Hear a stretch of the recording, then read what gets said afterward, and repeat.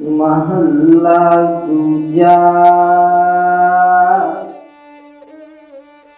हमै इहा जात है, हमै कर्म कमाई। हमै ई बंधना फिर जोनी पाई।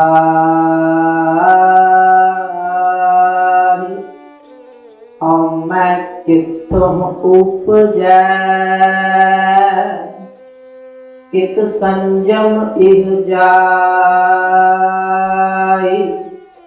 हमै इहो हुक्म है, पया किरत फिराई।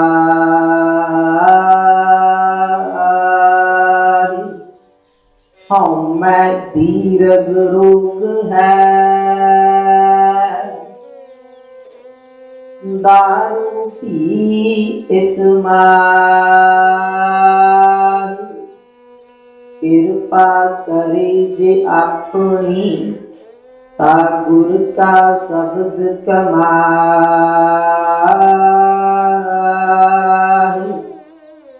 नानक कहे सुनो जन हो, हित संजम दुख जाहि।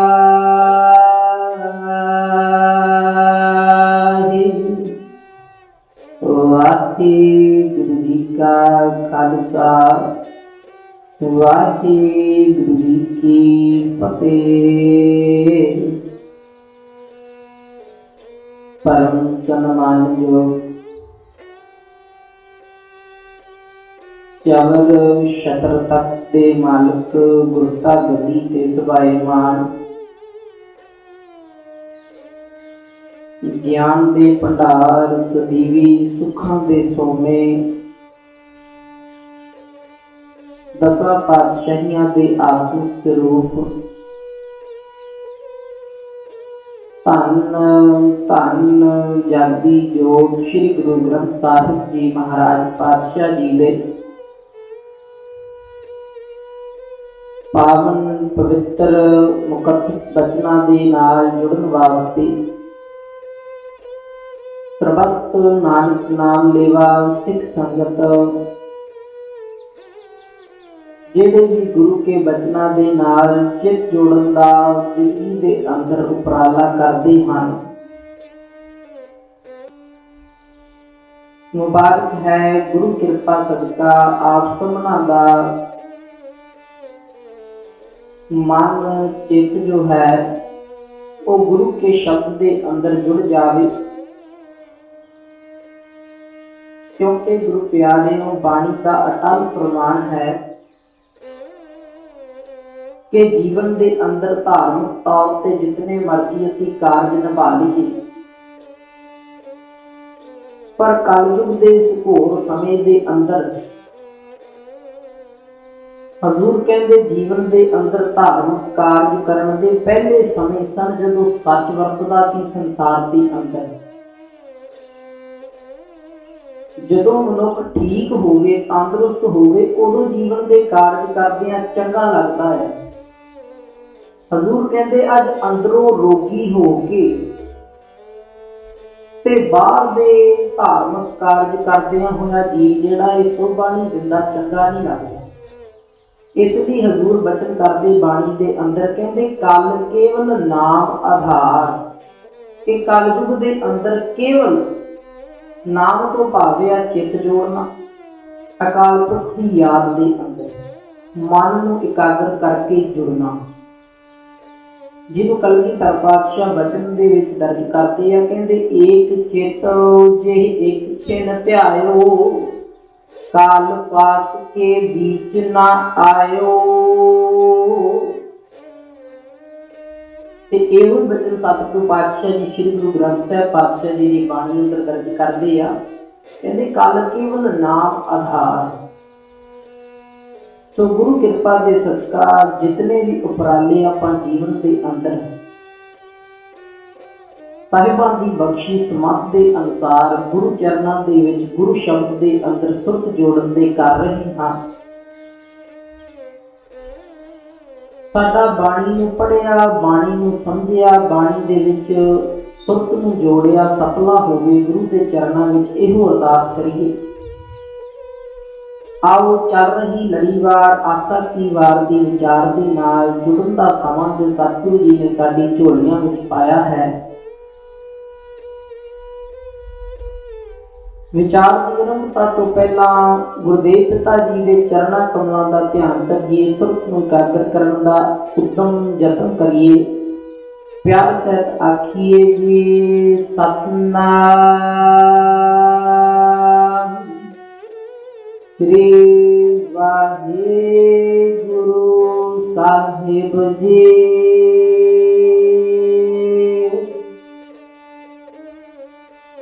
ਗੁਰੂ ਪਿਆਰ ਵਾਲਿਓ, ਗੁਰੂ ਦੇ ਅਦਬ ਵਾਲਿਓ,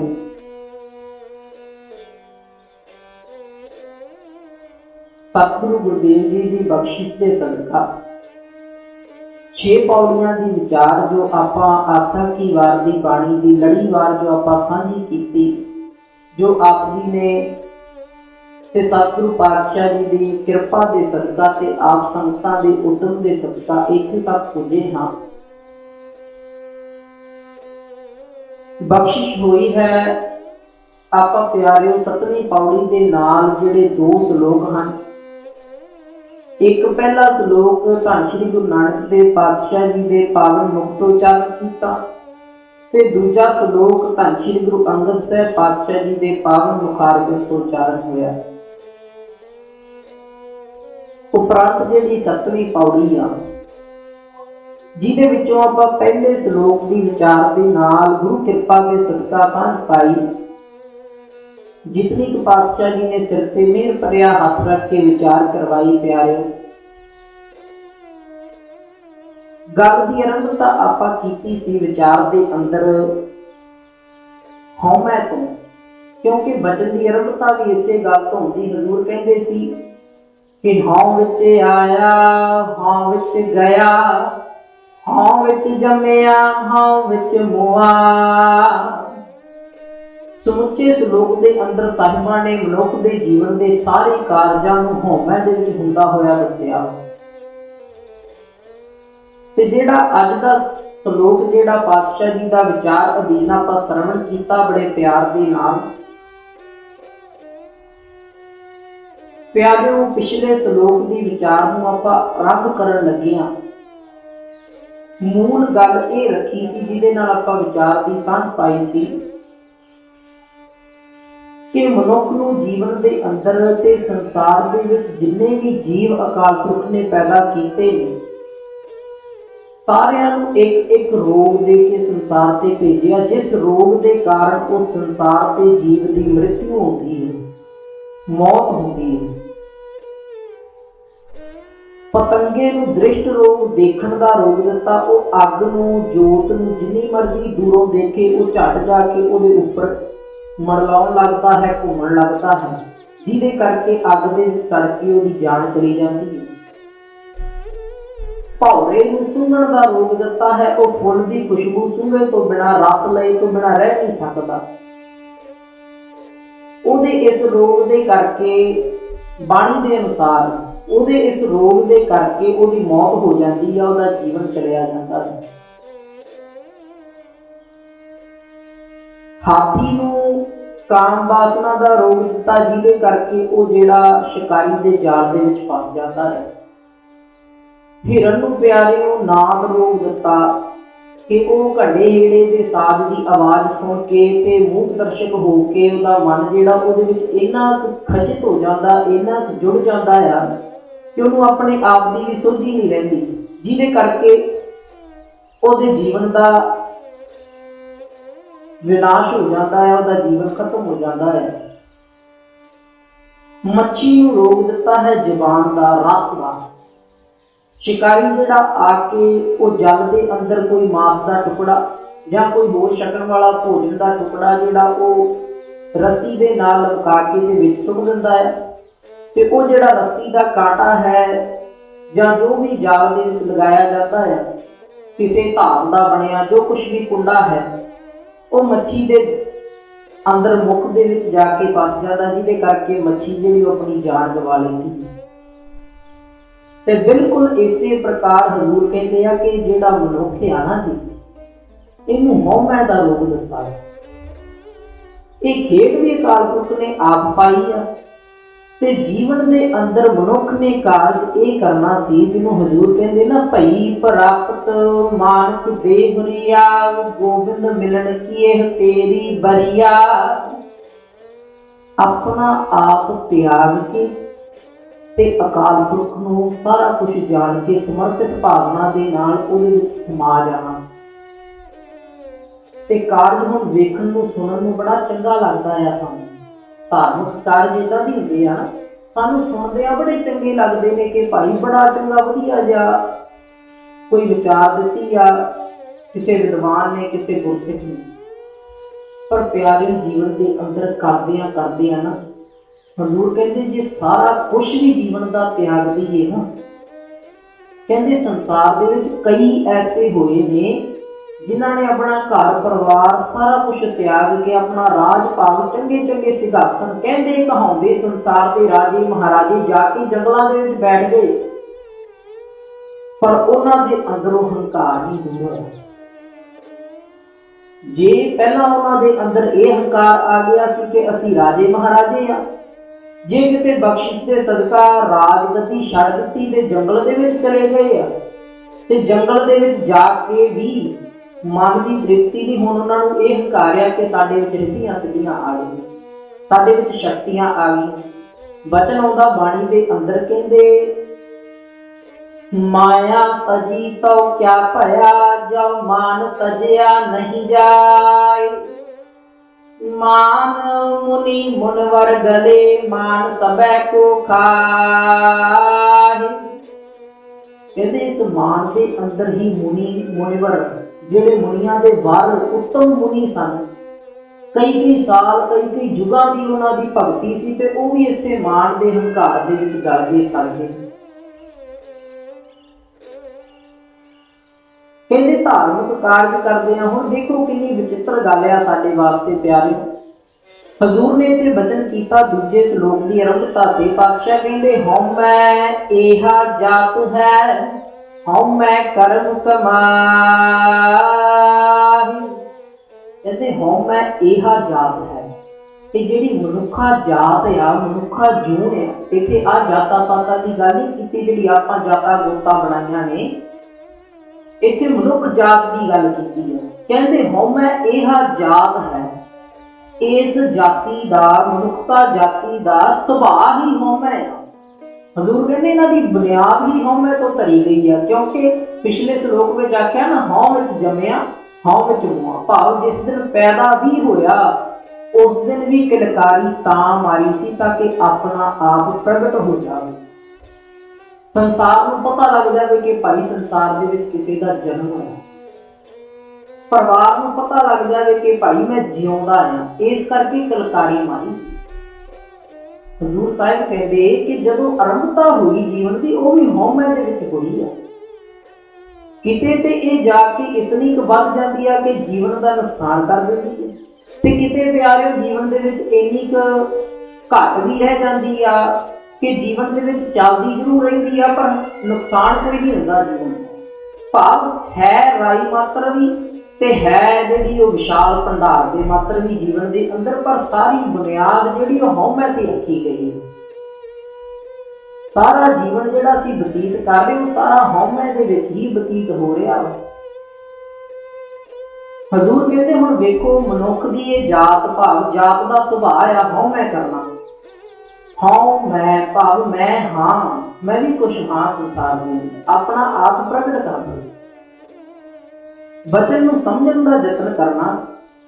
ਦੇਖੋ ਸੰਸਾਰ ਦੇ ਕਾਰਜ ਕਰਦਿਆਂ ਤਾਂ ਮਨੁੱਖ ਦੇ ਵਿੱਚ ਹਉਮੈ ਆਉਣੀ ਜਿਹੜੀ ਉਹ ਸੁਭਾਵਿਕ ਜੀ ਗੱਲ ਆ, ਪਰ ਜਿਹੜੇ ਕੰਮਾਂ ਨੂੰ ਹਉਮੈ ਨੂੰ ਖਤਮ ਕਰਨ ਵਾਸਤੇ ਵਰਤਣਾ ਸੀ, ਜਿਹੜੇ ਕੰਮ ਇਸ ਰੋਗ ਦੇ ਵਾਸਤੇ ਦਾਰੂ ਦਵਾਈ ਬਣਦੇ ਸੀ, ਉਹ ਸਾਰੇ ਕੰਮ ਕਰਦਿਆਂ ਵੀ ਦੇਖੋ ਮਨੁੱਖ ਦੇ ਅੰਦਰ ਹਉਮੈ ਪੈਦਾ ਹੋ ਰਹੀ ਹੈ। ਜਿਵੇਂ ਹਜ਼ੂਰ ਬਚਨ ਕਰਦੇ ਨਾ, ਕਹਿੰਦੇ ਤੀਰਥ ਵਰਤ ਵਰ ਦਾਨ ਕਰ। ਹੁਣ ਕੰਮ ਤੇ ਨਹੀਂ ਚੰਗੇ ਨੇ, ਭਾਵ ਧਾਰਮਿਕ ਤੌਰ ਤੇ ਉਂਝ ਭਾਵੇਂ ਗੁਰਮਤਿ ਦੇ ਅਨੁਸਾਰ ਨਹੀਂ ਆਪਾਂ ਇਹਨਾਂ ਕਾਰਜਾਂ ਨੂੰ ਮੰਨਦੇ, ਕਿਉਂਕਿ ਗੁਰਮਤਿ ਜਿਹੜੀ ਉਹ ਨਿਰੋਲ ਨਾਮ ਜਪਣ ਨੂੰ ਹੀ ਸਭ ਤੋਂ ਵੱਡੀ ਦਾਤ ਮੰਨਦੀ। ਬਾਕੀ ਸਾਰੇ ਕਰਮ ਧਰਮ ਨੇ ਜੋ ਜੀਵ ਦੇ ਅੰਦਰ ਹਉਮੈ ਪੈਦਾ ਕਰਦੇ ਆ। ਜਦੋਂ ਤੱਕ ਅੰਦਰੋਂ ਜੀਵ ਦੇ ਨਾਮ ਦੀ ਬਖਸ਼ਿਸ਼ ਨਹੀਂ ਹੋਈ, ਨਾਮ ਜਪਣ ਦੀ ਕਲਾ ਨਹੀਂ ਵਰਤੀ, ਉਦੋਂ ਤੱਕ ਸਾਹਿਬ ਕਹਿੰਦੇ ਸਾਰੇ ਜਿਹੜੇ ਕਰਮ ਆ ਸਭ ਕਰਮ ਫੋਕਟ ਜਾਨ, ਸਭ ਕਰਮ ਨੇ ਚੌਮਾਨ। ਇਹ ਸਾਰੇ ਜਿਹੜੇ ਕਰਮ ਆ ਫੋਕਟ ਕਰਮ ਕਾਂਡ ਆਖੇ ਆ ਬਾਣੀ। ਪਰ ਇੱਥੇ ਆਪਾਂ ਵਿਚਾਰ ਕਰੀਏ ਧਾਰਮਿਕ ਜਗਤ ਦੇ ਅਨੁਸਾਰ ਜਾਂ ਹੋਰ ਮਤਾਂ ਦੇ ਅਨੁਸਾਰ ਇਹ ਕਰਮ ਬੜੇ ਵਧੀਆ ਵਾ। ਤੀਰਥ ਵਰਤ ਅਰਦਾਨ ਕਰ, ਹਜ਼ੂਰ ਕਹਿੰਦੇ ਤੀਰਥਾਂ ਤੇ ਜਾ ਕੇ ਵਰਤ ਰੱਖ ਕੇ ਤੇ ਦਾਨ ਕਰਕੇ ਕਰਦਾ ਕੀ ਹੈ ਜੀਵ? ਕਹਿੰਦੇ ਮਨ ਮਹਿ ਧਰੈ ਗੁਮਾਨ। ਹੁਣ ਇੱਥੇ ਇਹਨਾਂ ਕਾਰਜਾਂ ਨੂੰ ਗਲਤ ਨਹੀਂ ਆਖਿਆ। ਹਜ਼ੂਰ ਅੱਗੇ ਕਹਿੰਦੇ ਆ ਸਭੈ ਨਾਨਕ ਨਿਹਫਲ ਵਾਹਿਗੁਰੂ, ਕਹਿੰਦੇ ਨਾਨਕ ਨਿਹਫਲ ਜਾਤ ਤੇ ਜਿਉ ਕੁੰਚਰ ਇਸਨਾਨ। ਕਹਿੰਦੇ ਜਿਸ ਪ੍ਰਕਾਰ ਹਾਥੀ ਨੂੰ ਨਦੀ ਦੇ ਵਿੱਚ ਇਸ਼ਨਾਨ ਕਰਾ ਦਈਏ ਤੇ ਹਾਥੀ ਸਾਫ਼ ਤੇ ਹੋ ਜਾਂਦਾ ਹੈ, ਬਿਲਕੁਲ ਇਸੇ ਪ੍ਰਕਾਰ ਜੀਵ ਦਾ ਮਨ ਜੇ ਤੇ ਨਿਮਰਤਾ ਦੇ ਨਾਲ ਤੀਰਥ ਸਥਾਨ ਦੇ ਦਰਸ਼ਨ ਕਰਨ ਵਾਸਤੇ ਆਪਣੇ ਇਸ਼ਟ ਦੀ ਪੂਜਾ ਕਰਨ ਲਈ ਗਿਆ ਤੇ ਕਹਿੰਦੇ ਵਾਕਈ ਹੀ ਮਨ ਜਿਹੜਾ ਆ ਉਹ ਨਿਮਰਤਾ ਦੇ ਵਿੱਚ ਹੋਵੇ ਤਾਂ ਉਹਦਾ ਫਲ ਜ਼ਰੂਰ ਮਿਲਦਾ ਹੈ। ਤੇ ਵਰਤ ਰੱਖਣ ਦਾ ਵੀ, ਵਰਤ ਜਿਹੜੇ ਰੱਖਦੇ ਸਨ, ਕਿਉਂਕਿ ਵਰਤ ਤੋਂ ਭਾਵ ਇੱਥੇ ਅੰਨ ਛੱਡਣਾ ਨਹੀਂ ਹੈ ਗੁਰੂ ਪਿਆਰੇ। ਵਰਤ ਤੋਂ ਭਾਵ ਆਪਣੇ ਵਿਕਾਰਾਂ ਤੋਂ ਵਰਤ ਰੱਖਣਾ। ਵਰਤ ਦਾ ਜਿਹੜਾ ਸ਼ਬਦੀ ਅਰਥ ਹੁੰਦਾ ਉਹ ਪਿਆਰਿਓ ਇਹ ਹੁੰਦਾ ਕਿ ਰੋਕ ਲਾਉਣੀ, ਕਿਸੇ ਕਾਰਜ ਨੂੰ ਰੋਕ ਕੇ ਰੱਖਣਾ, ਇਹਨੂੰ ਕਹਿੰਦੇ ਵਰਤ ਰੱਖਣਾ। ਹੁਣ ਜ਼ਰੂਰੀ ਤੇ ਨਹੀਂ ਕਿ ਆਪਾਂ ਜੀਵਨ ਦੇ ਵਿੱਚ ਪ੍ਰਸ਼ਾਦਾ ਨਾ ਛਕੀਏ ਤੇ ਭਾਈ ਅਸੀਂ ਆਖੀਏ ਮੈਂ ਸਾਰਾ ਦਿਨ ਵਰਤ ਰੱਖਿਆ ਜਾਂ ਮੈਂ 40 ਵਰਤ ਰੱਖੇ ਆ ਜਾਂ ਮੈਂ 9 ਨਰਾਤਿਆਂ ਦੇ ਵਰਤ ਰੱਖੇ ਆ। ਨਹੀਂ ਪਿਆਰਿਓ, ਹਜ਼ੂਰ ਕਹਿੰਦੇ ਕਿ ਜੀਵਨ ਦੇ ਅੰਦਰ ਜੇ ਵਰਤ ਰੱਖਣਾ ਤੇ ਇੱਕ ਦਿਨ ਇਹ ਕਹਿ ਕੇ ਅੱਜ ਮੈਂ ਕ੍ਰੋਧ ਨਹੀਂ ਕਰਾਂਗਾ, ਅੱਜ ਮੈਂ ਕਿਸੇ ਦੀ ਪਰਾਈ ਵਸਤੂ ਦਾ ਲੋਭ ਨਹੀਂ ਕਰਾਂਗਾ, ਅੱਜ ਮੈਂ ਕਿਸੇ ਦੇ ਪਰਾਏ ਤਨ ਵੱਲ ਵੇਖ ਕੇ ਵਾਸ਼ਨਾ ਅਧੀਨ ਜਿਹੜਾ ਉਹ ਕੋਈ ਮਾੜਾ ਕਾਰਜ ਨਹੀਂ ਕਰਾਂਗਾ। ਇਹ ਵਰਤ ਰੱਖ, ਆਪਣੀ ਇੰਦਰੀਆਂ ਨੂੰ ਰੋਕ, ਜਤ ਸੱਤ ਇਹ ਰੱਖ ਜੀਵਨ ਦੇ ਅੰਦਰ। ਕਹਿੰਦੇ ਤੀਰਥ ਵਰਤ ਅਰਦਾਨ ਕਰ, ਮਨ ਮੈਂ ਧਰੈ ਗੁਮਾਨ। ਫੇਰ ਵੀ ਮਨੁੱਖ ਜਿਹੜਾ ਉਹ ਮਨ ਦੇ ਵਿੱਚ ਹਉਮੈ ਧਾਰ ਕੇ ਬੈਠਾ ਹੁੰਦਾ ਹੈ। ਭਾਵ ਬੁਨਿਆਦੀ ਚੀਜ਼ ਜਿਹੜੀ ਬਣ ਗਈ, ਬੁਨਿਆਦੀ ਰੋਗ ਜਿਹੜਾ ਬਣ ਗਿਆ ਜੀਵ ਦਾ, ਉਹ ਹਉਮੈ ਬਣ ਗਈ। ਜਿਹਨੂੰ ਖਤਮ ਕਰਨਾ ਹੈ ਤੇ ਮੁਸ਼ਕਲ, ਗੁਰੂ ਪਿਆਰੇ ਨੂੰ ਸਮਝਣ ਦਾ ਯਤਨ ਕਰਨਾ, ਪਰ ਗੁਰੂ ਦੀ ਬਖਸ਼ਿਸ਼ ਦੇ ਸਦਕਾ, ਗੁਰੂ ਦੇ ਬਚਨਾਂ ਦੇ ਸਦਕਾ ਇਸ ਰੋਗ ਤੋਂ ਨਿਜਾਤ, ਇਸ ਰੋਗ ਤੋਂ ਛੁਟਕਾਰਾ ਪਾਇਆ ਜਾ ਸਕਦਾ ਵਾ। ਨਾਮੁਮਕਿਨ ਨਹੀਂ ਹੈ। ਹਜ਼ੂਰ ਕਹਿੰਦੇ ਹਉਮੈ ਇਹਾ ਜਾਤ ਹੈ। ਇਸ ਮਨੁੱਖਾ ਜਾਤ ਦਾ ਸੁਭਾਅ ਹਉਮੈ ਕਰਨਾ ਹੀ ਹੈ। ਭਾਵੇਂ ਕੰਮ ਕੋਈ ਚੰਗਾ ਕਰਕੇ ਆਇਆ ਹੋਵੇ ਤੇ ਭਾਵੇਂ ਕੋਈ ਕੰਮ ਮਾੜਾ ਕਰਕੇ ਆਇਆ ਹੋਵੇ। ਵੇਖੋ ਅੱਜ ਸੰਸਾਰ ਦੇ ਵਿੱਚ ਚੰਗੇ ਕੰਮ ਦੀ ਤੇ ਹਉਮੈ ਹੁੰਦੀ ਆ, ਮਾੜੇ ਕੰਮ ਦੀ ਵੀ ਹਉਮੈ ਕਰਦਾ ਹੈ ਉਹਨੂੰ। ਭਾਈ ਮੈਂ ਅੱਜ 100 ਜਣਿਆਂ ਨੂੰ 50 ਜਣਿਆਂ ਨੂੰ ਕੱਲਾ ਹੀ ਲੁੱਟ ਕੇ ਆ ਗਿਆ, ਮੈਂ ਅੱਜ 50 ਜਣਿਆਂ ਨੂੰ ਬੇਵਕੂਫ ਬਣਾ ਦਿੱਤਾ। ਆਖਦੇ ਆ ਨਾ ਅਸੀਂ ਇਸ ਤਰ੍ਹਾਂ। ਦੇਖੋ ਕੰਮ ਵੀ ਮਾੜਾ ਕਰਕੇ ਆਇਆ ਤੇ ਮਨ ਦੇ ਵਿੱਚ ਹਉਮੈ ਵੀ ਕਿੰਨੀ ਲਈ ਫਿਰਦਾ ਹੈ। ਕਿਤੇ ਵੀ ਜੀਵ ਜਿਹੜਾ ਇਸ ਹਉਮੈ ਤੋਂ ਬਚ ਕੇ ਨਹੀਂ ਕਾਰਜ ਕਰ ਰਿਹਾ। ਦੇਖੋ ਸੰਸਾਰ ਦੇ ਕਾਰਜਾਂ ਵਿੱਚ ਵੀ ਮੈਂ ਆ, ਹਉਮੈ ਆ, ਤੇ ਮੈਨੂੰ ਮਾਫ ਕਰਨਾ ਗੱਲ ਨੂੰ ਕਹਿ ਲੈਣ ਦੇਣਾ ਕਿ ਧਾਰਮਿਕ ਕਾਰਜਾਂ ਦੇ ਵਿੱਚ ਵੀ ਵੇਖੋ ਕਿੰਨੀ ਹਉਮੈ ਹੈ। ਭਾਈ ਗੁਰਦਾਸ ਜੀ ਬਚਨ ਕਰਦੇ ਆ, ਕਹਿੰਦੇ ਜੇ ਸੰਸਾਰ ਦੇ ਕਾਰਜਾਂ ਦੇ ਅੰਦਰ ਮਨੁੱਖ ਦੇ ਮਨ ਦੇ ਵਿੱਚ ਵਿਕਾਰ ਪੈਦਾ ਹੋਣ ਤੇ ਚਲੋ ਕਿਸੇ ਗੁਰੂ ਦੀ ਸ਼ਰਨ ਦੇ ਵਿੱਚ ਜਾ ਕੇ ਤੇ ਇਹਨਾਂ ਵਿਕਾਰਾਂ ਤੋਂ ਛੁਟਕਾਰਾ ਪਾਇਆ ਜਾ ਸਕਦਾ। ਜੇ ਮੰਨ ਲਓ ਕਿ ਸੰਸਾਰ ਦੇ ਵਿੱਚ ਆਪਣੇ ਘਰ ਬੈਠਿਆਂ ਰੋਗ ਪੈਦਾ ਹੁੰਦਾ ਆ ਤੇ ਕਿਸੇ ਵੈਦ ਦੇ ਕੋਲ ਜਾ ਕੇ ਤੇ ਇਸ ਵੈਦ ਤੋਂ ਦਵਾ ਦਾਰੂ ਲੈ ਕੇ ਇਸ ਰੋਗ ਤੋਂ ਛੁਟਕਾਰਾ ਪਾਇਆ ਜਾ ਸਕਦਾ ਵਾ। ਜੇ ਬਾਹਰ ਚੋਰ ਲੱਗਦੇ ਨੇ, ਚੋਰ ਜਿਹੜੇ ਸਾਨੂੰ ਲੁੱਟਣ ਵਾਸਤੇ ਖੜੇ ਨੇ, ਤੇ ਆਪਣੇ ਘਰ ਦੇ ਅੰਦਰ, ਆਪਣੇ ਕਿਲੇ ਦੇ ਅੰਦਰ, ਮਹਿਲ ਦੇ ਅੰਦਰ ਜਾ ਕੇ ਅਸੀਂ ਚੋਰਾਂ ਤੋਂ ਬਚ ਸਕਦੇ ਹਾਂ। पर कहते गढ़ मैं जो लूट लीजा कहो कस जाइए। कहते जे कोई किले के अंदर ही लुट लवे तो फिर दसो कित्थे जावांगे आपां। जे मां ही जहर देवे अपने बच्चे नूं ते फिर बच्चा किहदे कोल जाके बचेगा। हुण जे होर कोई जहर देवे ते अपनी मां कोल जाके बच सकदा है। भाई गुरदास जी कहते जे मां ही जहर देवे तो फिर बच्चा किहदे कोल जाके बचेगा। तो बिल्कुल इस तरह की अवस्था है अज के मनुख की। धार्मिक कार्य करदियां हौमे तो छुटकारा पाउणा सी, हौमे तो निजात पाउणी सी। पर जिवें भाई साहब उदाहरण दिंदे आ ना, कहंदे जिहड़ी जोक हुंदी है ना, वो भावें मझ दे गां दे थणा दे कोल चिंबड़ी होवे ना ते तां वी ओहदी इन्नी सोझी नहीं कि वह दुध पी लवे। वो पीना उहने खून ही आ गंदा। कहते बिल्कुल इसे प्रकार हौमे के अधीन होया होया बंदा जे किते सत संगत दे विच भी जाके बैठ गया ना तो इहदा सुभाव की रहना, हौमे इहा जात है, इहदा सुभाव हौमे वाला ही रहना, उस स्थान ते भी जाके। गुरबाणी दे अंदर धारण आउंदी कहते चंदन का जिहड़ा रुख है ना वो जंगल दे विच लगा बाकी सारे दे सारे बूटियां नूं अपनी खुशबू वंड दिंदा है। सारे बूटे जड़े ने बाणी विच बचन आउंदा कहंदे ओए धी चंदन होए रहे बसे जो चंदन पास। कहंदे वो भी सारे चंदन हो गए जेड़े चंदन के पास आके भी वस गए। पर बांस बढ़ाई बूटिया एह मत डूबो कोय। चंदन कै निकटै वसै बांस सुगंध ना होय। कितनी सोहनी सानू उदाहरण दे के गुरुदेव जी समझाउंदे हैं। कहते सारे दरख्त भावें ओए भी चंदन होए रहे बसे जो चंदन पास। चंदन के कोल रह के चंदन की खुशबू लै रहे ने, पर बांस जिहड़ा वो अपने हंकार दे विच तणिया खड़ा वा, अपनी वडियाई दे विच तणिया खड़ा वा। ते इस वडियाई दे अंदर देखो इतना तणिया खड़ा के ओदी जिंदगी जिहड़ी वो डुबदी जा रही। इह मत डुबो कोई, इस मत के अनुसार जीवन नूं बतीत करके कोई डुबो ना संसार सागर के अंदर। हजूर कहंदे चंदन कै निकटै वसै बांस सुगंध ना होए। कदे जंगल विच जाके वेखना जे चंदन दा रुख वेखण दा किते मौका मिले ते बांस दे अंदर कदे भी चंदन की खुशबू नहीं आएगी, क्योंकि आकड़ के खड़ा हंकार ते। जे अज गुरु का शब्द साडे उपर कार्य नहीं करता ते बाणी च पातशाह जी कहते हैं साचा सतगुर क्या करे जाओ सिखा मैं चूक। अंधे एक न लगी जो बांस बजाई है फूक। कहते जिवें बांस खोखला हुंदा फूक मारी ते दूजे पासों भी निकल गई। कहते हंकारी मनुख इस तरह का, इहदे विच सच्चा सतगुरु की करे। खैर साहिब जी इत्थे समझाउंदे आ मनुख दा जिहड़ा जीवन दा जिहड़ी जात आ, जिहड़ा सुभाव आ मनुखा जाति दा, वो ये है कि हौमे दे विच ही सारे कार्य करदा। हौमे कर्म कमाय, हौमे दे विच ही सारे कार्य कर रहा। फिर की राजनीतिक कार्य, की धार्मिक कार्य, की समाजिक कार्य ते की संसारिक कार्य ते की अपने परिवार के कार्य, सारे कार्य ही ये हौमे दे अंदर कर रहा। अगे बचन करते पातशाह जी कहते हौमे एही बंधना फिर जोनी पार। जीवन के अंदर साडे बंधना का कारण की आ? हौमे।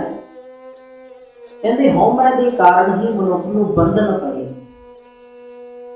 बंधन किस गल दे आ जी? सानू उदों तक किसी गल का बंधन नहीं हुंदा जदों तक असी सियाणे नहीं होते,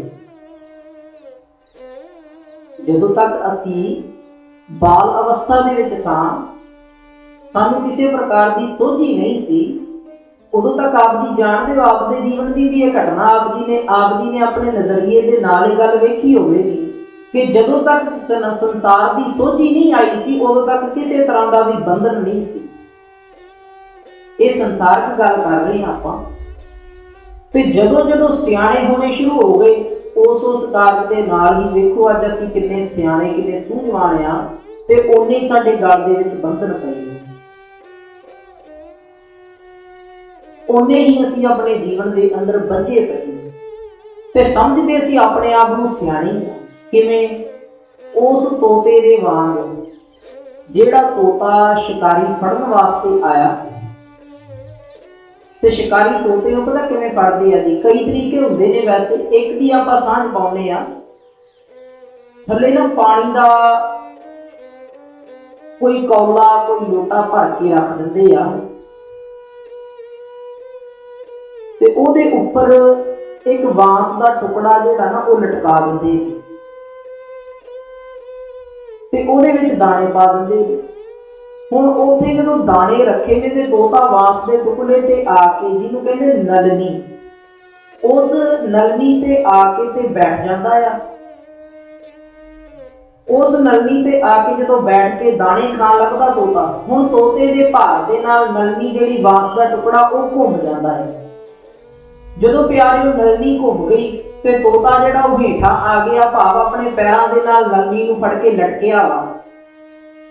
ਥੱਲੇ ਵੇਖਦਾ ਕਿ ਭਾਈ ਪਾਣੀ ਦਾ ਕੌਲਾ, ਪਾਣੀ ਦਾ ਲੋਟਾ ਭਰਿਆ, ਜੇ ਮੈਂ ਨਲਨੀ ਨੂੰ ਛੱਡਿਆ ਤੇ ਪਾਣੀ ਦੇ ਵਿੱਚ ਡਿੱਗ ਜਾਵਾਂਗਾ। ਤੇ ਆਪਣੇ ਆਪ ਨੂੰ ਬੜਾ ਸਿਆਣਾ ਸਮਝਦਾ ਕਿ ਮੈਂ ਨਲਨੀ ਨੂੰ ਨਹੀਂ ਛੱਡ ਰਿਹਾ ਤੇ ਮੈਂ ਪਾਣੀ ਤੋਂ ਬਚ ਕੇ ਜੀਵਨ ਬਤੀਤ ਕਰ ਲਵਾਂਗਾ, ਇੱਥੇ ਬਚਾ ਜਾਂ ਇੱਥੇ ਮੈਨੂੰ ਕੋਈ ਛੁਡਾਉਣ ਵਾਸਤੇ ਆ ਜਾਵੇ। ਪਰ ਉਸ ਨਲਨੀ ਨੂੰ ਫੜ ਕੇ ਰੱਖਣਾ ਹੀ ਉਹਦੇ ਬੰਧਨ ਦਾ ਕਾਰਨ ਹੈ। ਸ਼ਿਕਾਰੀ ਆਉਂਦਾ, ਨਲਨੀ ਤੋਂ ਤੋਤੇ ਨੂੰ ਫੜ ਕੇ ਤੇ ਆਪਣੇ ਜਾਲ ਦੇ ਵਿੱਚ ਪਾ ਕੇ ਲੈ ਜਾਂਦਾ। ਜਦੋਂ ਜਦੋਂ ਅਸੀਂ ਜੀਵਨ ਦੇ ਵਿੱਚ ਸੋਚਦੇ ਹਾਂ ਨਾ, ਬੜੇ ਸਿਆਣੇ ਹੋ ਕੇ ਅਸੀਂ ਕਾਰਜ ਕਰ ਰਹੇ ਹਾਂ, ਸੱਚ ਜਾਣੇ ਉਦੋਂ ਸਾਡੇ ਵਿੱਚ ਜਦੋਂ ਹਉਮੈ ਆਉਂਦੀ ਆ ਨਾ ਕਿ ਮੈਂ ਬੜਾ ਸਿਆਣਾ, ਉਦੋਂ ਅਸੀਂ ਬੰਧਨਾਂ ਦੇ ਵਿੱਚ। ਉਸੇ ਤੋਤੇ ਦੇ ਨਾਮ ਭਗਤ ਕਬੀਰ ਸਾਹਿਬ ਜੀ ਦਾ ਬਚਨ ਆਪਾਂ ਅਰੰਭਤਾ ਦੇ ਵਿੱਚ ਮੰਗਲਾਚਰਨ 'ਚ ਪੜ੍ਹਿਆ। ਉਹ ਸਮੁੱਚੇ ਸ਼ਬਦ ਦੇ ਅੰਦਰ ਸਤਿਗੁਰੂ ਜੀ ਇਸ ਬਾਣੀ ਦੇ ਅੰਦਰ ਭਗਤ ਕਬੀਰ ਸਾਹਿਬ ਜੀ ਦੇ ਰਾਹੀਂ ਸਾਡੇ ਬੰਧਨਾਂ ਬਾਰੇ ਹੀ ਸਾਨੂੰ ਸਮਝਾਉਣ ਦੇ ਜਿਹੜੇ ਉਪਰਾਲੇ ਕਰਦੇ ਆ ਕਿ ਭਾਈ ਇਹ ਹਉਮੈ ਦੇ ਕਾਰਨ ਤੇਰੇ ਬੰਧਨ ਕਿਵੇਂ ਬਣੇ ਆ। ਉਦਾਹਰਨਾਂ ਵੇਖੋ, ਜਿਉ ਨਲਨੀ ਸੂਟਾ ਗਹਿਓ ਮਨ ਬਉਰਾ ਰੇ, ਮਾਇਆ ਇਹੋ ਵਿਵਹਾਰ। ਕਹਿੰਦੇ ਜਿਵੇਂ ਨਲਨੀ ਸੂਟਾ, ਕਹਿੰਦੇ ਤੋਤੇ ਨੂੰ, ਕਹਿੰਦਾ ਤੋਤੇ ਨੇ ਜਿਸ ਤਰ੍ਹਾਂ ਨਲਨੀ ਨੂੰ ਫੜ ਕੇ ਰੱਖਿਆ, ਇਸੇ ਪ੍ਰਕਾਰ ਜਿਹੜਾ ਸੰਸਾਰ ਦਾ ਮਾਇਆ ਦਾ ਵਿਵਹਾਰ ਹੈ ਉਹ ਜੀਵ ਜਿਹੜਾ ਫੜ ਕੇ ਰੱਖਦਾ ਹੈ, ਪਰ ਅਸਲ ਦੇ ਵਿੱਚ ਬੰਧਨਾਂ 'ਚ ਬੱਝੀ ਜਾ ਰਿਹਾ। ਹੋਰ ਉਦਾਹਰਣ ਦਿੰਦੇ ਆ, ਕਹਿੰਦੇ ਜੀਵ ਦੇ ਬੰਧਨਾਂ ਦਾ ਕਾਰਨ ਵੇਖੋ ਸਦਾ ਹੀ ਜੀਵ ਦੀ ਹਉਮੈ ਬਣਦੀ ਹੈ, ਭਾਵ ਆਪਣੇ ਵਾਸਤੇ ਜਾਂ ਮੈਂ ਦੇ ਵਾਸਤੇ ਤੇ ਜਾਂ ਮੇਰੇ ਦੇ ਵਾਸਤੇ ਕੁਝ ਕਰਨਾ ਚਾਹੁੰਦਾ ਆ। ਮੇਰੇ ਤੋਂ ਭਾਵ ਮੇਰਾ ਪਰਿਵਾਰ, ਮੇਰੇ ਰਿਸ਼ਤੇਦਾਰ, ਮੇਰਾ ਸਾਥ ਸੰਬੰਧੀ, ਮੇਰਾ ਬਲ, ਮੇਰਾ ਜ਼ੋਰ, ਮੇਰਾ ਗਿਆਨ, ਮੇਰੀ ਮਾਨ, ਮੇਰੀ ਪ੍ਰਤਿਸ਼ਠਾ, ਜੋ ਕੁਝ ਵੀ ਜੀਵਨ ਦਾ ਉਹ ਮੇਰਾ ਤੇ ਜਾਂ ਮੈਂ। ਦੋਵਾਂ ਦੇ ਅੰਦਰ ਜੀਵ ਜਿਹੜਾ ਬੱਝਿਆ ਹੈ। ਤੇ ਉਦਾਹਰਨ ਦਿੰਦੇ, ਕਹਿੰਦੇ ਇੱਕ ਬੰਦਰ ਪਿੰਡ ਦੇ ਵਿੱਚ ਮਦਾਰੀ ਲਿਆ ਕੇ ਜਿਸ ਨੂੰ ਨਾਚ ਕਰਾ ਰਿਹਾ ਬਾਂਦਰ ਨੂੰ, ਪਿੰਡ ਦੇ ਲੋਕ ਆ ਕੇ ਵੇਖ ਕੇ ਬੜੇ ਖੁਸ਼ ਹੁੰਦੇ, ਬੜੇ ਹੱਸਦੇ ਨੇ ਤਾੜੀਆਂ ਮਾਰ ਕੇ। ਤੇ ਭੀੜ ਦੇ ਬਿਲਕੁਲ ਪਿੱਛੇ ਦੇ ਨਾ ਇੱਕ ਸਾਧੂ ਦੇ ਵੇਸ਼ ਦੇ ਵਿੱਚ ਬਾਬਾ ਫਰੀਦ ਜੀ ਖੜੇ ਆ, ਭਗਤ ਫਰੀਦ ਜੀ ਖੜੇ।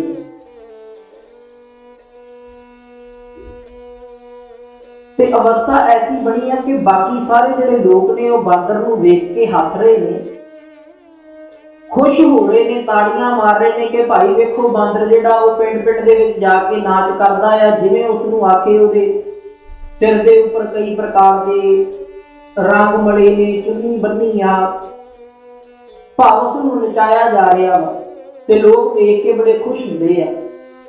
ਤੇ ਭਗਤ ਕਬੀਰ ਜੀ ਖੜੇ ਨਾ ਉੱਥੇ ਵੇਖ ਰਹੇ ਨੇ, ਮਾਫ ਕਰਨਾ, ਭਗਤ ਕਬੀਰ ਜੀ ਉੱਥੇ ਖੜੇ ਨੇ ਤੇ ਭਗਤ ਕਬੀਰ ਜੀ ਖੜ ਕੇ ਉੱਥੇ ਵੇਖ ਰਹੇ ਨੇ। ਤੇ ਭਗਤ ਕਬੀਰ ਜੀ ਨਾ ਉਦਾਸ ਹੋ ਕੇ ਤੇ ਰੋਣ ਲੱਗ ਗਏ। ਜਿਹੜੇ ਲੋਕ ਹੁਣ ਹੱਸ ਰਹੇ ਨੇ ਉਹ ਪਿੱਛੇ ਮੁੜ ਕੇ ਭਗਤ ਸਾਹਿਬ ਵੱਲ ਵੇਖਦੇ ਆ, ਕਹਿੰਦੇ ਕੀ ਗੱਲ, ਅਸੀਂ ਸਾਰੇ ਹੱਸ ਰਹੇ ਹਾਂ, ਬਾਂਦਰ ਦਾ ਖੇਡ ਤਮਾਸ਼ਾ ਵੇਖ ਰਹੇ ਹਾਂ, ਤੁਸੀਂ ਰੋ ਕਿਉਂ ਰਹੇ ਹੋ? ਭਗਤ ਕਬੀਰ ਜੀ ਬਚਨ ਕਰਦੇ, ਕਹਿੰਦੇ ਤੁਸੀਂ ਵੇਖ ਰਹੇ ਹੋ ਕੇਵਲ ਬਾਂਦਰ ਨੂੰ ਤੇ ਇਹਨੂੰ ਨੱਚਦਾ ਵੇਖ ਰਹੇ ਹੋ, ਇਹਦੇ ਪਿੱਛੇ ਦੀ ਦਸ਼ਾ ਨਹੀਂ ਤੁਸੀਂ ਵੇਖੀ ਕਿ ਬਾਂਦਰ ਜਿਹੜਾ ਉਹ ਇਸ ਨੱਚਣ ਦੇ ਜਿਹੜੇ ਮਿਆਰ ਤੱਕ, ਇਸ ਦਸ਼ਾ ਤੱਕ ਕਿਵੇਂ ਪੁੱਜਿਆ। ਫਿਰ ਕਹਿੰਦੇ ਕਿਵੇਂ ਪੁੱਜਿਆ, ਫਿਰ ਦੱਸਦੇ ਆ, ਕਹਿੰਦੇ ਮਰਕਟ ਮੁਸਤੀ ਅਨਾਜ ਕੀ ਮਨ ਬੌਰਾ ਰੇ।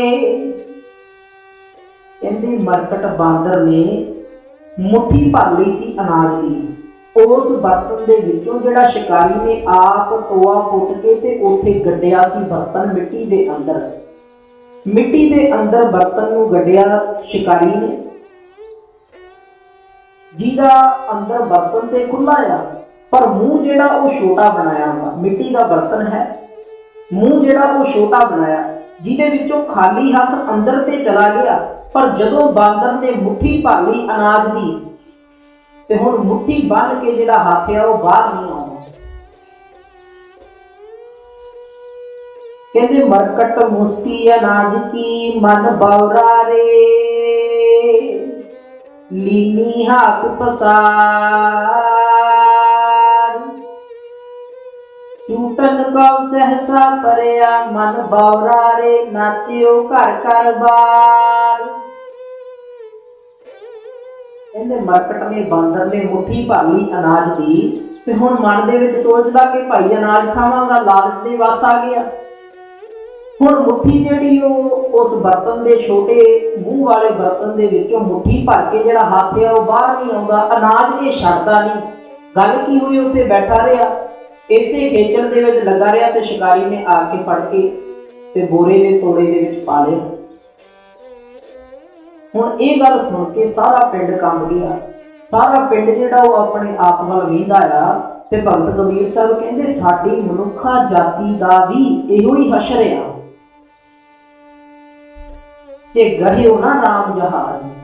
ਕਹਿੰਦੇ ਰਾਮ ਦੇ ਨਾਮ ਦਾ ਜਹਾਜ਼ ਨਹੀਂ ਚੜੇ ਅਸੀਂ ਤੇ ਆਪਣੇ ਜਿਹੜੀਆਂ ਵਸਤਾਂ ਖਤਮ ਹੋਣ ਵਾਲੀਆਂ, ਜਿਨ੍ਹਾਂ ਦੇ ਕਰਕੇ ਸਾਨੂੰ ਬੰਧਨ ਪਏ ਆ, ਉਹਨਾਂ ਵਸਤਾਂ ਨੂੰ ਅਸੀਂ ਫੜ ਕੇ ਬੈਠੇ। ਇਹ ਸਾਡੇ ਵਾਸਤੇ ਬੰਧਨ ਬਣ ਗਏ, ਜਿਨ੍ਹਾਂ ਦੇ ਕਰਕੇ ਅਸੀਂ ਫੇਰ ਜੋਨੀਆਂ ਦੇ ਵਿੱਚ ਪੈ ਰਹੇ ਹਾਂ। ਜਿਵੇਂ ਭਗਤ ਤਰਲੋਚਨ ਜੀ ਬਚਨ ਕਰਦੇ ਨਾ, ਪਿਆਰਿਓ ਪਿਆਰ ਦੇ ਨਾਲ ਸਮਝਿਓ ਇਸ ਗੱਲ ਨੂੰ ਕਿ ਇਹਨਾਂ ਬੰਧਨਾਂ ਦੇ ਕਰਕੇ ਹੀ ਅਸੀਂ ਅਗਲੀਆਂ ਜੂਨਾਂ ਦੇ ਵਿੱਚ ਆਉਂਦੇ ਹਾਂ। ਭਗਤ ਤਰਲੋਚਨ ਜੀ ਬਚਨ ਕਰਦੇ, ਕਹਿੰਦੇ ਅੰਤ ਕਾਲ ਜੋ ਮੰਦਰ ਸਿਮਰੈ ਐਸੀ ਚਿੰਤਾ ਮਹਿਜੇ ਮਰੈ। ਜਿਵੇਂ ਬਾਂਦਰ ਨੇ ਅਨਾਜ ਨਹੀਂ ਛੱਡਿਆ, ਅੰਤ ਸਮੇਂ ਤੇ ਮੇਰੇ ਵਰਗਾ ਕੋਈ ਜਿਹੜਾ ਹਉਮੈ ਦੇ ਵਿੱਚ ਲੱਗਾ, ਜਿਹੜਾ ਮਾਇਆ ਦੇ ਮੋਹ ਦੇ ਵਿੱਚ ਲੱਗਾ, ਉਹ ਆਪਣੇ ਮਕਾਨ ਨੂੰ ਚੇਤੇ ਕਰੀ ਜਾਂਦਾ, ਮਕਾਨ ਨੂੰ ਨਹੀਂ ਛੱਡਦਾ। ਕਹਿੰਦੇ ਐਸੀ ਚਿੰਤਾ ਮਹਿਜੇ ਮਰੈ, ਪ੍ਰੇਤ ਜੋਨ ਵੱਲ ਅਵਤਰ ਹੈ, ਅਗਲੀ ਜੂਨ ਦੇ ਵਿੱਚ ਫਿਰ ਪ੍ਰੇਤ ਬਣ ਕੇ ਸੰਸਾਰ ਤੇ ਵਿਚਰਦਾ। ਇਸੇ ਪ੍ਰਕਾਰ ਹੋਰ ਵੀ ਉਦਾਹਰਨਾਂ ਦਿੰਦੇ, ਇਹਦੇ ਸਮਾਂ ਨਹੀਂ ਵਿਚਾਰ ਕਰਨ ਦਾ। ਸੋ ਆਪ ਜੀ ਪੜ੍ਹ ਕੇ ਤੇ ਉੱਥੋਂ ਗਿਆਨ ਹਾਸਲ ਕਰ ਸਕਦੇ ਹੋ। ਹਜ਼ੂਰ ਇੱਥੇ ਕਹਿੰਦੇ ਗੁਰੂ ਅੰਗਦ ਪਾਤਸ਼ਾਹ ਜੀ ਕਹਿੰਦੇ ਹਉਮੈ ਇਹੋ ਹੀ ਬੰਧਨਾਂ ਦਾ ਕਾਰਨ ਹਉਮੈ ਆ। ਫਿਰ ਜੋਨੀ ਪਾਏ, ਜਿਹਦੇ ਕਰਕੇ ਫਿਰ ਦੁਬਾਰਾ ਜੂਨਾਂ ਭੁਗਤਣੀਆਂ ਪੈ ਰਹੀਆਂ। ਹਉਮੈ ਕਿੱਥੋਂ ਉਪਜੈ ਕਿਤ ਸੰਜਮ ਇਹ ਜਾਏ। ਕਹਿੰਦੇ ਭਾਈ ਹੁਣ ਸੁੱਤੇ ਸਿੱਧ ਹੀ ਮਨੁੱਖ ਦੇ ਅੰਦਰ ਇਹ ਸਵਾਲ ਪੈਦਾ ਹੋਵੇਗਾ ਕਿ ਹਉਮੈ ਉਪਜੀ ਕਿੱਥੋਂ ਆ ਤੇ ਕਿਸ ਤਰੀਕੇ ਦੇ ਨਾਲ ਇਹ ਖਤਮ ਹੋ ਸਕਦੀ ਹੈ। ਫਿਰ ਹਜ਼ੂਰ ਜਵਾਬ ਦਿੰਦੇ, ਕਹਿੰਦੇ ਹਉਮੈ ਇਹੋ ਹੁਕਮ ਹੈ। ਕਹਿੰਦੇ ਭਾਈ ਦੁਬਿਧਾ ਦੇ ਵਿੱਚ ਨਾ ਪਾਓ ਕਿ ਇਹ ਰੋਗ ਤੋਂ ਬਾਹਰੋਂ ਖੱਟਿਆ ਵਾ ਸੀ। ਕਹਿੰਦੇ ਜਨਮ ਦੇ ਨਾਲ ਹੀ ਅਕਾਲ ਪੁਰਖ ਨੇ ਹਉਮੈ ਜਿਹੜੀ ਆ ਇਹ ਹੁਕਮ ਦੇ ਰੂਪ ਵਿੱਚ ਸਾਡੇ ਗਲ ਦੇ ਵਿੱਚ ਸੰਗਲ ਪਾ ਦਿੱਤਾ। ਹੁਣ ਜੀਵਨ 'ਚ ਕਾਰਜ ਕੇਵਲ ਇਹ ਕਰਨਾ ਸੀ, ਜਿਹਨੂੰ ਹਜ਼ੂਰ ਕਹਿੰਦੇ ਆ ਨਾ, ਭਗਤ ਨਾਮਦੇਵ ਜੀ ਦੀ ਬਾਣੀ ਆਉਂਦੀ ਆ ਗੁਰੂ ਗ੍ਰੰਥ ਸਾਹਿਬ ਪਾਤਸ਼ਾਹ ਜੀ ਦੇ ਸਰੂਪ ਅੰਦਰ, ਉੱਥੇ ਲਿਖਿਆ ਮਨ ਮੇਰੋ ਗੱਜ ਜਿਹਵਾ ਮੇਰੀ ਕਾਤੀ, ਮਪ ਕਾਟਾਓ ਜਮ ਕੀ ਫਾਸੀ। ਉੱਥੇ ਇਹੀ ਹਉਮੈ ਜਿਹੜੀ ਉਹ ਜਮ ਰੂਪੀ ਫਾਂਸੀ ਬਣ ਜਾਂਦੀ, ਸਾਡੇ ਗਲੇ ਦਾ ਸੰਗਲ ਬਣ ਜਾਂਦੀ। ਇਹਦੇ ਜਿਹੜੇ ਗਲੇ ਦਾ ਫੰਦਾ ਨਾ, ਇਹ ਮਨ ਮੇਰੋ ਗੱਜ, ਮਨ ਮੇਰਾ ਜਿਹੜਾ ਉਹ ਕੱਪੜੇ ਨੂੰ ਨਾਪਣ ਵਾਲਾ ਗੱਜ ਬਣ ਗਿਆ ਤੇ ਜਿਹਵਾ ਮੇਰੀ ਕਾਤੀ, ਰਸਨਾ ਦੇ ਨਾਲ ਜਦੋਂ ਮੈਂ ਅਕਾਲ ਪੁਰਖ ਦਾ, ਵਾਹਿਗੁਰੂ ਦਾ, ਰਾਮ ਦਾ ਨਾਮ ਜਪਦਾ ਹਾਂ ਤੇ ਉਹ ਨਾਮ ਜਪਣ ਦੇ ਨਾਲ ਹੀ ਮੇਰੀ ਗਲੇ ਦਾ ਜਿਹੜਾ ਸੰਗਲ ਆ, ਗਲੇ ਦੀ ਜਿਹੜੀ ਫਾਂਸੀ ਆ, ਇਹ ਕੱਟੀ ਜਾ ਰਹੀ ਆ। ਤੇ ਬਿਲਕੁਲ ਇਹੋ ਹੀ ਤਰੀਕਾ ਜੇ ਸਾਡੇ ਪਾਸ ਵੀ ਹਉਮੈ ਇਹੋ ਹੁਕਮ ਹੈ ਪਿਆ ਕਿਰਤ ਫਰਾਹੀ। ਕਹਿੰਦੇ ਇਸੇ ਹਉਮੈ ਦੇ ਰੋਗ ਦੇ ਵਿੱਚ ਜਿਹੜਾ ਕਿ ਹੁਕਮ ਦੇ ਵਿੱਚ ਹੀ ਸਾਰੇ ਜੀਵਾਂ ਨੂੰ ਲੱਗਾ ਆ, ਕਹਿੰਦੇ ਇਸੇ ਦੇ ਅੰਦਰ ਹੀ ਮਨੁੱਖਾ ਜੂਨ ਦੇ ਵਿੱਚ ਇੱਕ ਜੂਨ ਭੁਗਤ ਕੇ ਮਨੁੱਖ ਕਾਰਜ ਕਰਦਾ ਆ, ਫਿਰ ਉਸ ਜੂਨ ਦੇ ਅਨੁਸਾਰ ਅਗਲੀ ਜੂਨ ਦੇ ਵਿੱਚ ਪੈ ਜਾਂਦਾ, ਫਿਰ ਉਹ 'ਚ ਕਾਰਜ ਭੁਗਤਦਾ ਰਹਿੰਦਾ, ਜੀਵਨ ਭੁਗਤਦਾ ਰਹਿੰਦਾ ਹੈ। ਕਹਿੰਦੇ ਇਸ ਪ੍ਰਕਾਰ ਹਉਮੈ ਦੇ ਵਿੱਚ ਹੀ ਹੁਕਮ ਦੇ ਵਿੱਚ ਹੀ ਸਾਰਾ ਜੀਵਨ ਚੱਲ ਰਿਹਾ ਹੈ। ਹਉਮੈ ਦੀਰਘ ਰੋਗ ਹੈ ਦਾਰੂ ਪੀਏ ਸਮਾਹੀ। ਕਹਿੰਦੇ ਭਾਈ ਹਉਮੈ ਜਿਹੜਾ ਨਾ ਇਹ ਵੱਡਾ ਲੰਮੇਰਾ ਰੋਗ ਆ। ਲੰਮੇਰੇ ਤੋਂ ਭਾਵ ਕੇਵਲ ਇਹ ਨਹੀਂ ਕਿ ਅੱਜ ਮਨੁੱਖਾ ਜੂਨ ਦੇ ਵਿੱਚ ਆਏ ਤਾਂ ਲੱਗਾ, ਕਹਿੰਦੇ ਵਾਹਵਾ ਸਮਾਂ ਹੋ ਗਿਆ ਜੀਵਨ ਦੇ ਅੰਦਰ ਇਸ ਰੋਗ ਨੂੰ ਲੱਗੇਗਾ। ਦੀਰਘ ਰੋਗ ਹੈ ਭਾਵ ਲੰਮੇਰਾ ਰੋਗ ਆ, ਲੰਮੇ ਸਮੇਂ ਤੋਂ ਜੀਵਨ ਨੂੰ ਲੱਗਾ ਇਹ ਰੋਗ।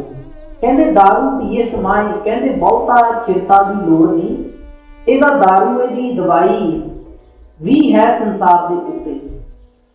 ਦਾਰੂ ਕੀ ਹੈ ਅੱਗੇ ਦੱਸਦੇ ਆ, ਦਵਾਈ ਕੀ ਆ ਇਸ ਰੋਗ ਤੋਂ ਬਚਣ ਦੇ ਵਾਸਤੇ। ਕਹਿੰਦੇ ਕਿਰਪਾ ਕਰੇ ਜੇ ਆਪਣੀ ਤਾਂ ਗੁਰ ਕਾ ਸ਼ਬਦ ਕਮਾਹੇ, ਨਾਨਕ ਕਹੈ ਸੁਣੋ ਜਨ ਹੋਇਤ ਸੰਜਮ ਦੁਖ ਜਾਏ। ਕਹਿੰਦੇ ਜੇ ਅਕਾਲ ਪੁਰਖ ਆਪ ਕਿਰਪਾ ਕਰੇ ਤੇ ਤਾਂ ਇਸ ਰੋਗ ਤੋਂ ਬਚਣ ਦੇ ਵਾਸਤੇ ਮਨੁੱਖ ਜਿਹੜਾ ਹੈ ਉਹ ਗੁਰੂ ਦੇ ਸ਼ਬਦ ਦੀ ਕਮਾਈ ਕਰ ਸਕਦਾ ਹੈ। ਸ਼ਬਦ ਨੂੰ ਕੀ ਕਮਾਉਣਾ, ਬਚਨਾਂ ਨੂੰ ਸਮਝ ਕੇ ਕਿਤੇ ਆਪ ਜੀ ਦੁਬਿਧਾ ਨਾ ਮਨ ਦੇ ਵਿੱਚ ਪੈਦਾ ਹੋ ਜਾਵੇ ਆਪ ਜੀ ਦੇ। ਸ਼ਬਦ ਦੀ ਕਮਾਈ ਕਰਨੀ ਤੋਂ ਭਾਵ ਇਹ ਆ ਵੀ ਗੁਰੂ ਦੇ ਬਚਨਾਂ ਨੂੰ ਮੰਨਣਾ। ਪਿਆਰੇ ਗੁਰੂ ਦਾ ਬਚਨ ਆਇਆ ਆਰੰਭਤਾ ਦੇ ਵਿੱਚ ਜਪਜੀ ਸਾਹਿਬ ਦੀ ਜਿਹੜੀ ਬਾਣੀ ਹੈ, ਉਸ ਬਾਣੀ ਦੇ ਅੰਦਰ ਸਾਹਿਬ ਜੀ ਕਹਿੰਦੇ ਕਿਵ ਸਚਿਆਰਾ ਹੋਈ ਹੈ, ਕਿਵ ਕੂੜਾ ਟੁੱਟੈ ਪਾਲ, ਹੁਕਮ ਰਜ਼ਾਈ ਚੱਲਣਾ ਨਾਨਕ ਲਿਖਿਆ ਨਾਲ। ਗੁਰੂ ਦੇ ਬਚਨਾਂ ਨੂੰ ਕਮਾਉਣਾ ਆ ਗਈ। ਹੁਣ ਇਹ ਗੁਰੂ ਦਾ ਬਚਨ ਆ ਕਿ ਹੁਕਮ ਰਜ਼ਾਈ ਚੱਲਣਾ ਨਾਨਕ ਲਿਖਿਆ ਨਾਲ। ਅਕਾਲ ਪੁਰਖ ਦੇ ਭਾਣੇ ਦੇ ਅੰਦਰ ਚਲੋ, ਇਹ ਮਤਾ ਸਮਝੋ ਕਿ ਕੋਈ ਉਦਮ ਉਪਰਾਲਾ ਮੈਂ ਕੀਤਾ ਜੀਵਨ ਦੇ ਅੰਦਰ। ਸਾਹਿਬ ਕਹਿੰਦੇ ਨਾ ਹਮ ਕੀਆ ਨਾ ਕरेंगे, ਨਾ ਕਰ ਸਕੇ ਸਰੀਰ, ਕਿਆ ਜਾਨੋ ਕਿਆ ਹਰ ਕੀਆ ਭਇਓ ਕਬੀਰ। ਕਬੀਰ ਭਗਤ ਸਾਹਿਬ ਜੀ ਕਹਿੰਦੇ ਇਹ ਮਤਾ ਸਮਝੋ ਜੀਵਨ ਦੇ ਅੰਦਰ ਕਿ ਕੁਝ ਅਸੀਂ ਕੀਤਾ ਹੈ ਜੀਵਨ ਦੇ ਅੰਦਰ, ਤੇ ਨਾ ਹੀ ਅਸੀਂ ਕੁਝ ਕਰ ਸਕਦੇ ਹਾਂ ਜੀਵਨ ਦੇ ਵਿੱਚ। ਕਹਿੰਦੇ ਇਸ ਲਈ ਇੱਕੋ ਕਾਰਨ ਗੁਰੂ ਦੇ ਸ਼ਬਦ ਰਾਹੀਂ ਇਹ ਸੋਝੀ ਆਉਣੀ ਜੀਵਨ ਦੇ ਅੰਦਰ ਕਿ ਹੁਕਮ ਹੈ ਅੰਦਰ ਸਭ ਕੋ ਬਾਹਰ ਹੁਕਮ ਨਾ ਕੋਈ। ਹੋਰ ਗੁਰੂ ਦੇ ਸ਼ਬਦ ਨੂੰ ਕਮਾਉਣ ਦੀ ਇੱਥੇ ਕੋਈ ਬਹੁਤ ਵੱਡੀ ਵਿਚਾਰ ਨਹੀਂ। ਗੁਰੂ ਦੇ ਸ਼ਬਦ ਨੂੰ ਕਮਾਉਣਾ ਇਹੋ ਹੀ ਆ ਕਿ ਗੁਰੂ ਦੇ ਸ਼ਬਦ ਨੂੰ ਮੰਨ ਕੇ ਉਹਦੇ ਅਨੁਸਾਰ ਜੀਵਨ ਨੂੰ ਬਤੀਤ ਕਰਨਾ। ਗੁਰ ਕਾ ਸ਼ਬਦ ਕਮਾਹੇ, ਜੇ ਗੁਰੂ ਦੇ ਸ਼ਬਦ ਨੂੰ ਕਮਾਈਏ ਜੀਵਨ ਦੇ ਅੰਦਰ। ਕਮਾਉਣ ਤੋਂ ਭਾਵ ਹੈ ਕਿ ਜੇ ਸਾਹਿਬਾਂ ਨੇ ਆਖ ਦਿੱਤਾ ਭਾਈ ਸਾਰਾ ਕੁਝ ਹੁਕਮ ਦੇ ਅੰਦਰ ਆ, ਤੇ ਜੀਵਨ ਦੇ ਵਿੱਚ ਜਿੰਨੇ ਵੀ ਕਾਰਜ ਹੋ ਰਹੇ ਹੀਲੇ ਵਸੀਲੇ ਨਾ ਕਰ, ਮਾਇਆ ਇਕੱਠੀ ਕਰਨ ਦੇ ਉਦਮ ਨਾ ਕਰ, ਕੇਵਲ ਉਦਮ ਕਰ ਕਿਰਤ ਕਰਕੇ ਭੋਜਨ ਖਾ ਕੇ ਤੇ ਬੰਦਗੀ ਦੇ ਅੰਦਰ ਜੁੜਦਾ। ਇਹ ਉਦਮ ਕਰ ਜੀਵਨ ਦੇ ਅੰਦਰ। ਇਹ ਉਦਮ ਨਾ ਕਰਕੇ ਮੈਂ ਧਨ ਮਾਇਆ ਜਿੰਨੀ ਹੋ ਸਕੇ ਇਕੱਤਰ ਕਰ ਲਾ, ਭਾਵ ਚਿੱਤ ਜੋੜ ਕੇ ਬੈਠ ਗਿਆ। ਕਹਿੰਦੇ ਆ ਗੁਰੂ ਦੇ ਸ਼ਬਦ ਦੀ ਕਮਾਈ ਆ। ਨਾਨਕ ਕਹੈ ਸੁਣੋ ਜਨੋ ਹੇ ਭਾਈ ਜਨੋ ਮੇਰੇ ਵੀਰੋ। ਨਾਨਕ ਇਹ ਗੱਲ ਕਹਿ ਰਿਹਾ ਕਿ ਭਾਈ ਇਹ ਗੱਲ ਸੁਣੋ, ਇੱਕ ਸੰਜਮ ਦੁੱਖ ਜਾਏ। ਇਸ ਸੰਜਮ ਦੇ ਵਿੱਚ ਆ ਜਾਣ ਦੇ ਨਾਲ, ਸੰਜਮ ਹੁੰਦਾ ਜੀ ਸੰਤੋਖ, ਸੰਜਮ ਦੇ ਵਿੱਚ ਆ ਜਾਣ ਦੇ ਨਾਲ ਹੀ ਹਉਮੈ ਦਾ ਰੋਗ ਜਿਹੜਾ ਉਹ ਦੂਰ ਹੋ ਸਕਦਾ ਹੈ। ਇਸ ਕਰਕੇ ਗੁਰੂ ਦੇ ਸ਼ਬਦ ਨੂੰ ਕਮਾ ਕੇ ਸੰਜਮ ਸੰਤੋਖ ਦੇ ਵਿੱਚ ਆ ਜਾਓ। ਪਦਾਰਥਾਂ ਦੀ ਖਿੱਚ ਜਿਹੜੀ ਉਹ ਮਨ ਦੇ ਵਿੱਚੋਂ ਤਿਆਗਣ ਦਾ ਯਤਨ ਕਰੋ, ਤੇ ਤਿਆਗ ਤਾਂ ਹੋ ਸਕਦਾ ਆ ਜਿਵੇਂ ਬਾਹਰ ਜੇ ਚੋਰ ਲੱਗਦੇ ਹੋਣ ਤੇ ਕਿਲੇ ਦੇ ਅੰਦਰ ਜਾ ਕੇ ਬੈਠ ਜਾਈਦਾ ਨਾ। ਜੇ ਬਾਹਰੋਂ ਸਾਨੂੰ ਕੋਈ ਡਰ ਲੱਗਦਾ ਹੋਵੇ ਕਿਸੇ ਤੋਂ, ਤੇ ਮਾਂ ਦੀ ਝੋਲੀ ਦੇ ਵਿੱਚ ਜਾ ਕੇ ਬੈਠ ਜਾਈਦਾ। ਇਸੇ ਪ੍ਰਕਾਰ ਗੁਰੂ ਦੀ ਝੋਲੀ ਦੇ ਵਿੱਚ ਜਾ ਕੇ ਬੈਠ ਜਾਈਦਾ। ਕਹਿੰਦੇ ਇਸ ਸੰਜਮ ਦੇ ਨਾਲ ਹੀ ਹਉਮੈ ਦਾ ਰੋਗ ਦੂਰ ਹੋ ਸਕਦਾ ਹੈ।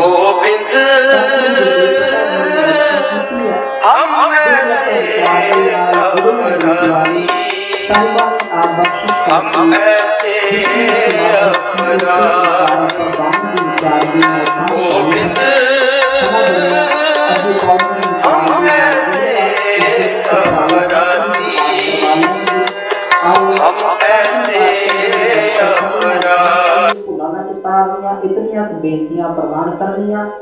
ਦੋਵੇਂ ਹੱਥ ਜੋੜ ਕਰ ਪਿਆਰ ਸਹਿਤ ਫਤਿਹ ਜਾਓ। ਆਖੋ ਵਾਹਿਗੁਰੂ ਜੀ ਕਾ ਖਾਲਸਾ, ਵਾਹਿਗੁਰੂ ਜੀ ਕੀ ਫਤਿਹ।